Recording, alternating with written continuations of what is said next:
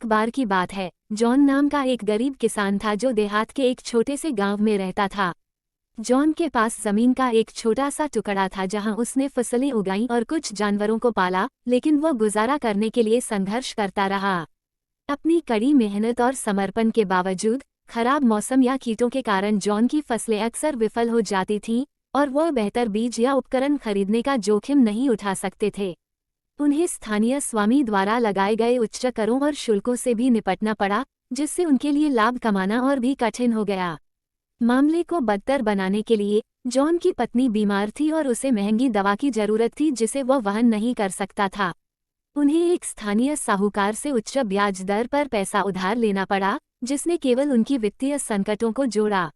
इन तमाम चुनौतियों के बावजूद जॉन ने कभी हार नहीं मानी। वो हर दिन अथक परिश्रम करता था, अपनी फसलों और पशुओं की देखभाल करता था और अपनी स्थिति को सुधारने के तरीके खोजने की कोशिश करता था। उन्होंने अपने पड़ोसियों की भी जब भी संभव हो मदद की, उनके साथ अपने ज्ञान और संसाधनों को साझा किया। एक दिन एक धनी व्यापारी गांव में आया और जॉन की जमीन को बड़ी रकम देकर खरीदने की पेशकश की। जॉन इस प्रस्ताव से ललचाया था, लेकिन वह जानता था कि अपनी जमीन बेचने का मतलब होगा अपने जीवन के तरीके और जमीन से अपने जुड़ाव को छोड़ देना।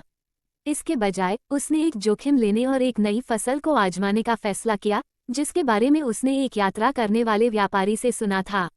उसके आश्चर्य के लिए नई फसल अच्छी हो गई और जॉन इसे अच्छी कीमत पर बेचने में सक्षम हो गया।